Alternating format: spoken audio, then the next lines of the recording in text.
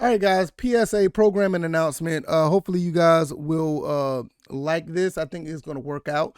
I'm going to start putting the podcast up the night before instead of on 9 a.m. in the morning. I notice a lot of people like to watch the show after 6 in the afternoon.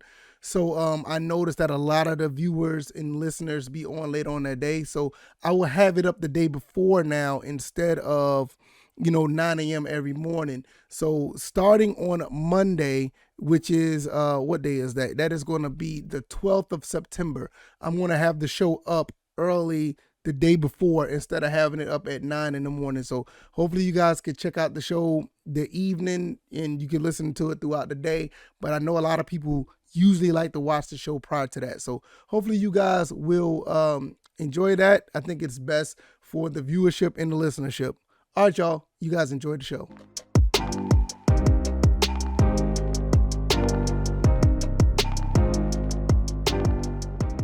All right, folks, what is going on? This is episode 431 of the First and Frame Rate Show. I am VF Baller. Just another day going through the week. We have made it to Friday, and it is awesome because tomorrow is game day for the Georgia Southern Eagles. I want to do a pregame observation. I really do, but I'm getting really close to that. I'm probably going to have that up tomorrow for just a regular video. So it's not going to be a podcast episode. If you want to check that out, come on over to the First and Frame Rates YouTube or Rumble channel, and I will give you my complete analysis of the game. But if you've been following me throughout the week, you kind of know where I'm headed at.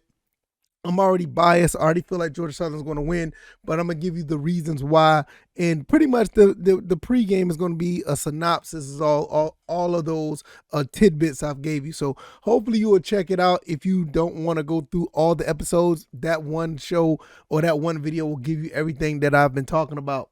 If this is your first time here, welcome. This is the First and Frame Rate Show. I talk about Georgia Southern and Atlanta Falcons football. I am on YouTube and Rumble. I'm also on Anchor, Stitcher, Spotify, Apple, and Google Podcasts. So if you want to listen to the podcast avenue of this show, it is definitely available for you. If you want to watch the visuals, it is there on YouTube and Rumble. Now, I just got finished doing an episode about the Falcons and about Marcus Mariota because it's also the first game of the season for them. And it's a big game because it's playing against the Saints. And Mariota is going up against his counterpart, Jameis Winston, where those guys were drafted around the same time and everybody compared the two. So it's going to be a pretty good game overall with a lot of small storylines behind it. So I may talk about that a little bit further down the road, but I'm going to be honest, I am very, very excited about the Georgia Southern game. This is a program-changing game.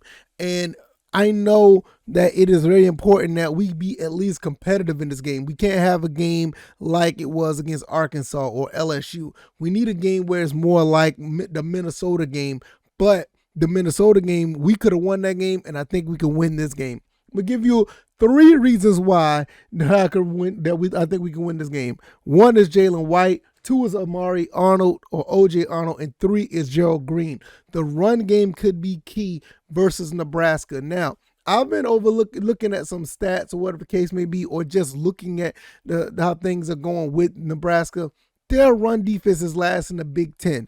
Now, I want people to understand we just only had one game where we threw the ball a lot. But make no mistake, we still got some workhorses at the running back position.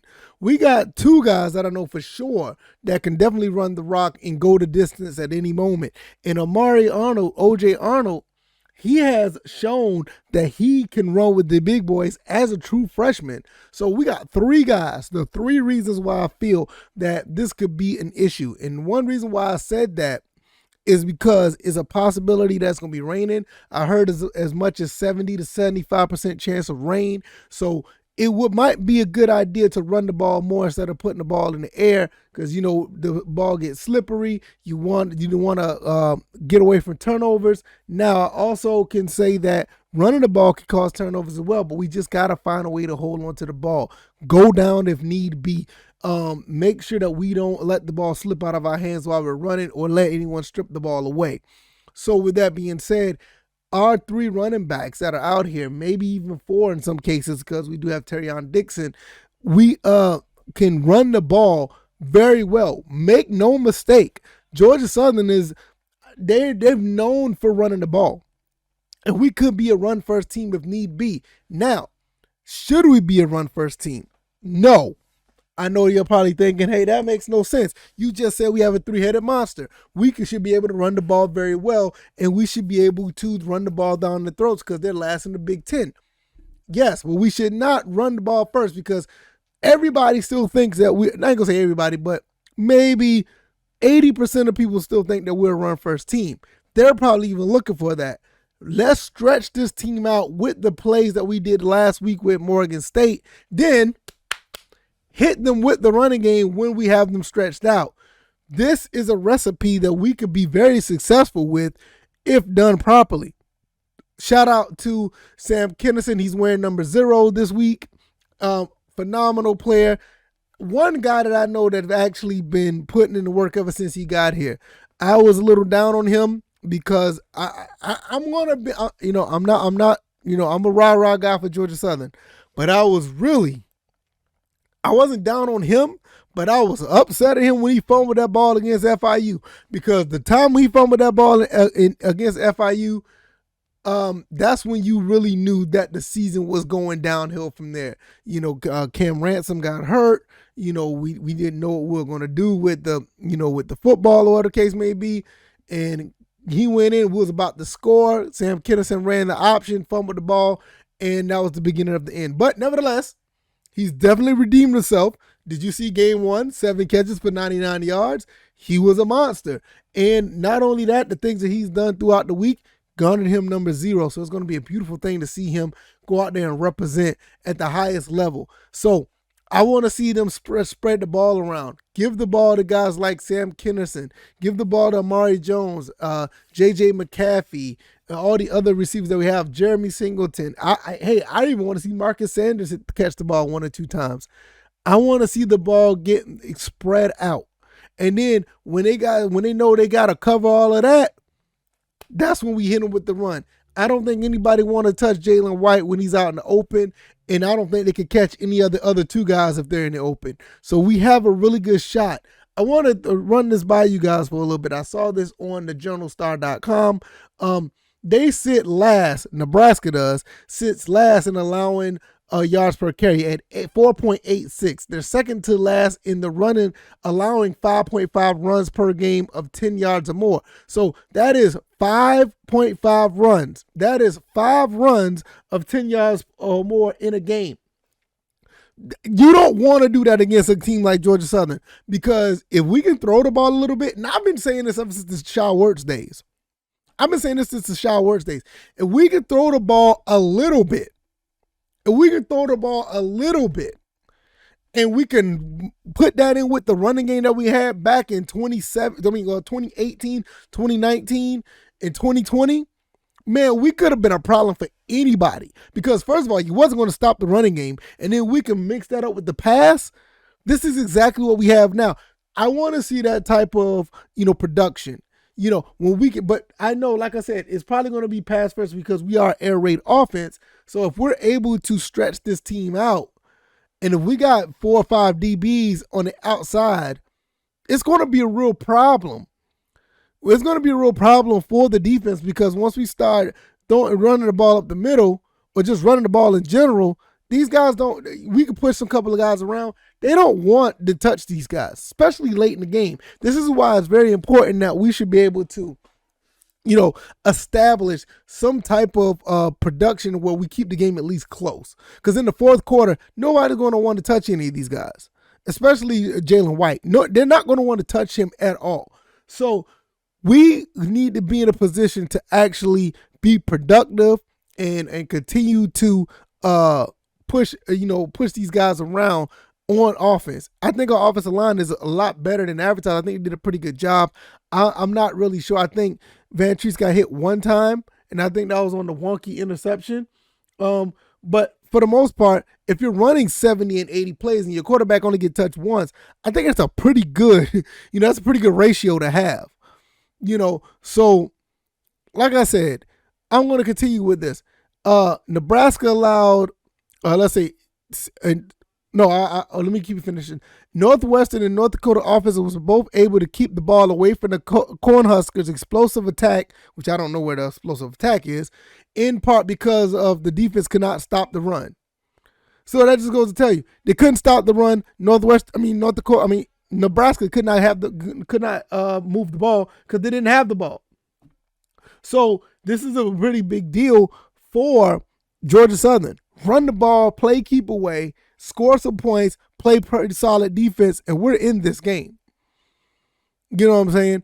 So we could do some things against them, especially if they're averaging almost 5 yards a carry, allowing 5 yards a carry, every time, we run the ball. They can't stop the run. You saw what happened with North Dakota. North Dakota was able to run the ball on them pretty well. Big 63-yard run, another one that ran in for a touchdown that was 19, 20 yards. We are a better team than North Dakota. I believe that if we continue to play our game, and if they haven't not really fixed their issue with their weaknesses, I think we have a really good shot at this. A very good shot at this. And this is just a beautiful thing at the end of the day. If we just continue to, and I don't want to sound like I'm beating a dead horse, but we just continue to do what we have to do as far as run our own game plan, I think we can shock the world. And I think that's something that Georgia Southern's been dying for since we drained the swamp back in Gainesville in 2013. It's something that we need. I mean, I can go back. We can talk about the West Virginia game. We can talk about the Auburn game, the Georgia Tech, NC State, Georgia game when we almost beat them in overtime. So many games that we went through. Clemson, LSU, Arkansas. I mean, the list can go on and on, but this is the game. This is the game that we have a really good chance to do so because we haven't leaned on a run game, but if we have to, man, if we really get the ball rolling like we can do in the running game, it could be a really big problem for Nebraska. This three-headed monster with Jalen White, Gerald Green, and O.J. Arnold, if we stretch this defense out, we'll be able to kill these guys with the running game, especially when you have guys like this who can run the ball, and you've seen what they was able to do against what North Dakota was able to do against them, and in some cases what Northwestern was able to do. So this is going to be a really good game. I think it's going to be a lot better than people think it is, and we're going to see how that goes. I can't wait to see how this plays out because I am yearning for a Power 5 win. It's been too long. It's been way too long. It's time to get another one. If you like this commentary, hit the like button, share this podcast, subscribe to the channel if you haven't already. Look, man, one more day. I'm going to do a pregame show.